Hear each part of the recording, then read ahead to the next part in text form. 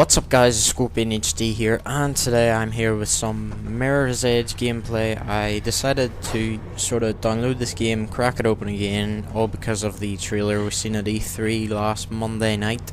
I'm really looking forward to Mirror's Edge 2. So yeah, I decided I may as well upload some gameplay of this to the channel since I've yet to do so.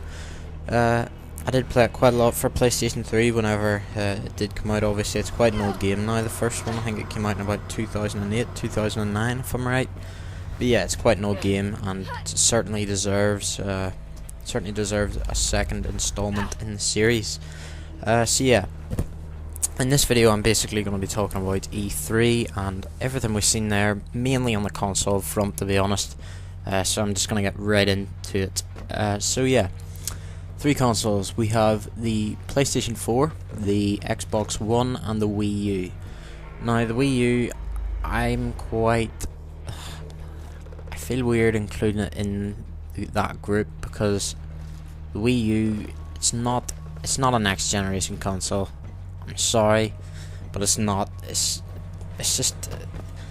basically only just caught up with the PS3, for God's sake. So yeah, I'm not really going to be talking about it very much. It'll be more focused on the Xbox and the PS4. So, biggest sort of thing I've seen this week. Obviously, I didn't want to do this video too early because E3's just finished. Well, it's either just finished or it's about to finish, and yeah, now we know all that we're going to get out of E3 pretty much regarding prices, etc. But obviously, Microsoft came out and did their conference first. A lot of people were quite, fearful about what the Xbox One is going to offer because obviously we have the DRM issues, the restrictions that they have. I think it's, there's obviously you can't play used games without having to pay a certain fee. If you're not connected to the internet within 24 hours, you can't play games, even single player games, which I find pretty strange. Connect always has to be turned on. That the DRM thing means that say you want to lend a game to your friend, which I do quite a lot. You can't do that on Xbox One. It's just it defies the point of game lending pretty much. And also, obviously, we know that Xbox Live costs money. And also, this is. I don't know why I'm including it, but I guess it's entertainment, and it'll be something big against PS4. You have to have gold membership in order to get Netflix for free on the Xbox One, which is quite surprising. On the PS4, obviously there are no online checks, no 24-hour, anything gay like that. There's no restrictions at all on lending, selling, or on used games. There's no mandatory camera. And there's no extra charge for Netflix. This would be all, fair and well if the Xbox One was, say, $100 cheaper than the PS4. However, it's actually the other way around. Microsoft's Xbox One is actually $100 more than the PlayStation 4, which I find absolutely astonishing.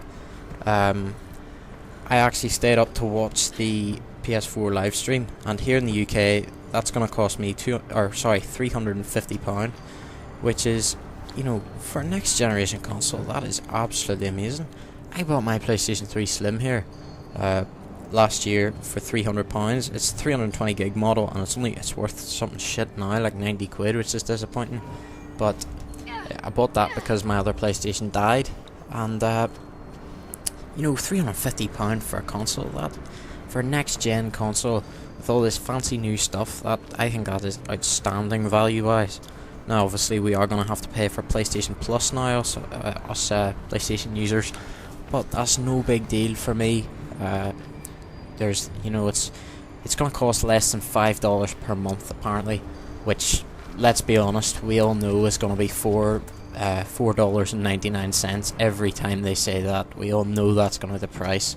So here in the UK, I think PlayStation Plus is going to cost around £40 a year, which it's annoying really because I remember Xbox Live, I would not have bought an Xbox just because of that, but I think because of the price of the PlayStation 4, I can accept it, because if you think about it, the hardware inside these two machines, it's easily worth £500. You know, I got my PC last year for 600, and the PC probably has, it has a better, you know, it'll have better stuff in it, but it's just they're coming pretty close now, and obviously they have all this stuff in it like RAM. The PS4 has quite good RAM as well.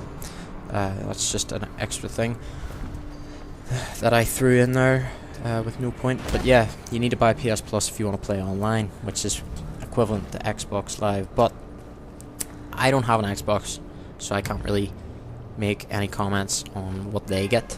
And I can't remember it either. But if you have an Xbox, or you paid particular attention to these points of Xbox Live in the Microsoft stream, then leave them in the comments. But for the PS4, you get discounted games, cloud saves, automatic game updates, early access to betas, and instant game collection, as well as multiplayer, obviously, for less than $5 per month. That's probably about £3 something per month over here in the UK.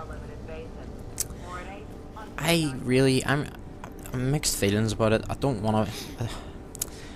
like the idea of being subscribed to something. I'm not a big fan of subscription models, but all I have to do once a year is pay £40, and that's me done for a year.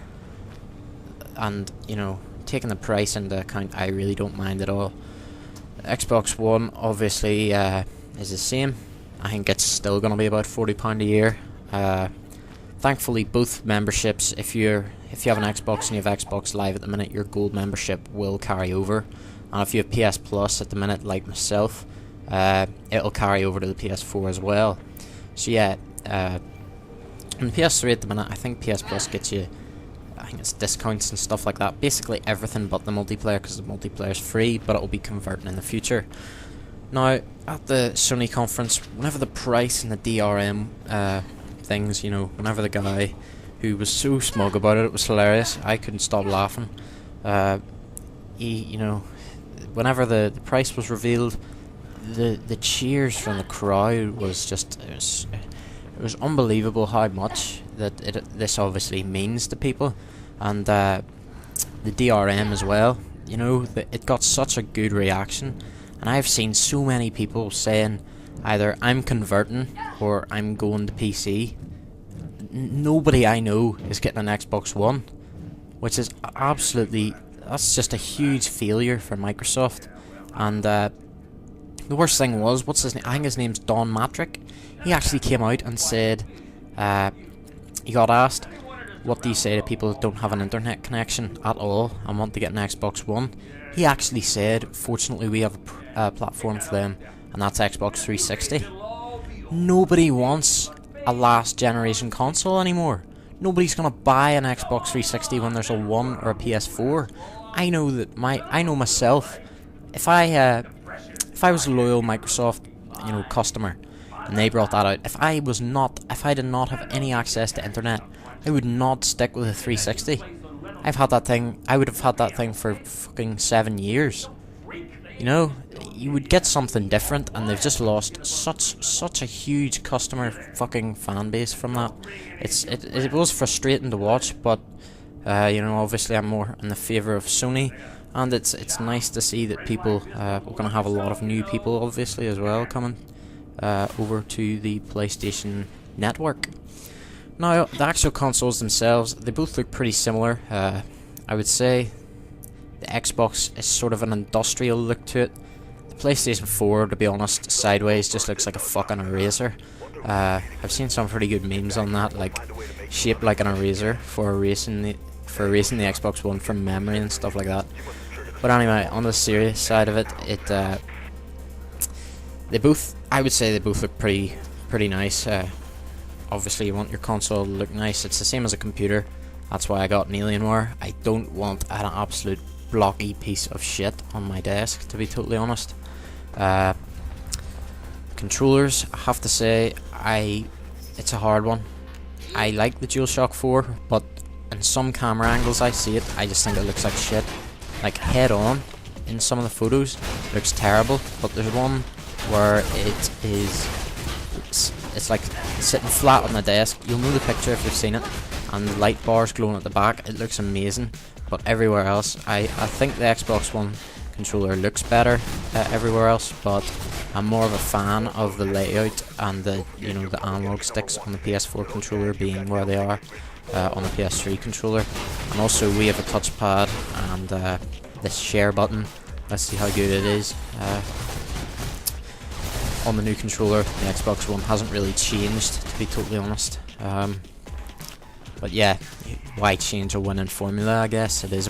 It is a lot of people's preferred controller. I have seen quite a lot of people as well ask, can you get an Xbox controller or an Xbox type controller for a PlayStation 4? Just because they hate the PlayStation 4 controller, but they want to convert, obviously. So yeah, it's good to see that Sony have got such a good reaction from it. But however, it's not over yet.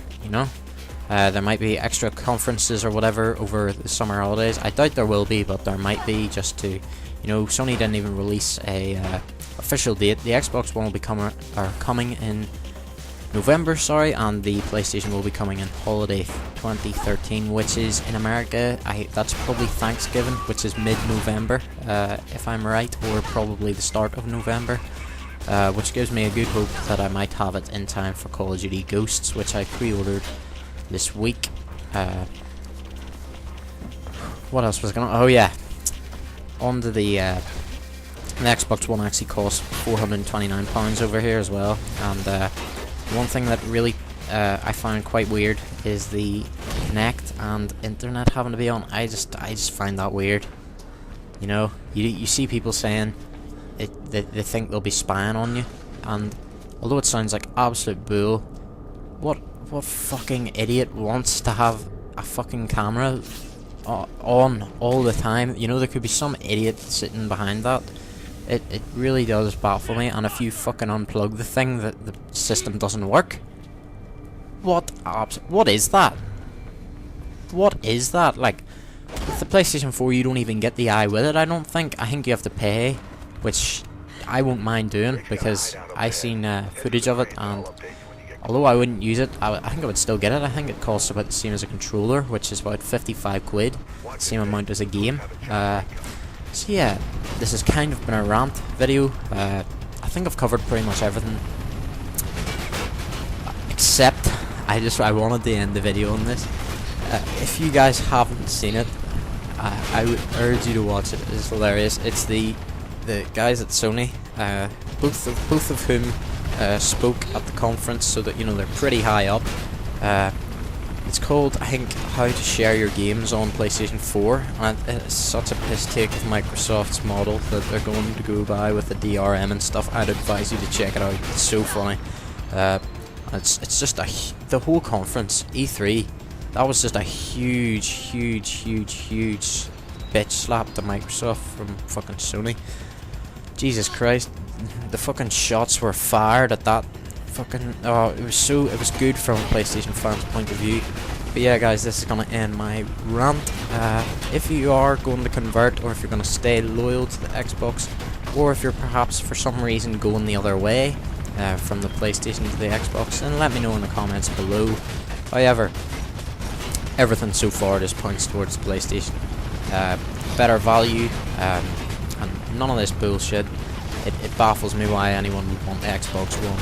And if you do want it, honestly, tell me why in the comments below, and I will consider your view on it and your point, basically. Because yeah, I don't understand why anyone would. Even if I was an Xbox fanboy, I would still consider going PS4, because it just looks the better console. If the Xbox had done this to Sony, I would definitely, if it was the other way around, I would definitely be going to Xbox. I don't want any of that crap. Like, I've talked about it enough, and the video is getting on a bit.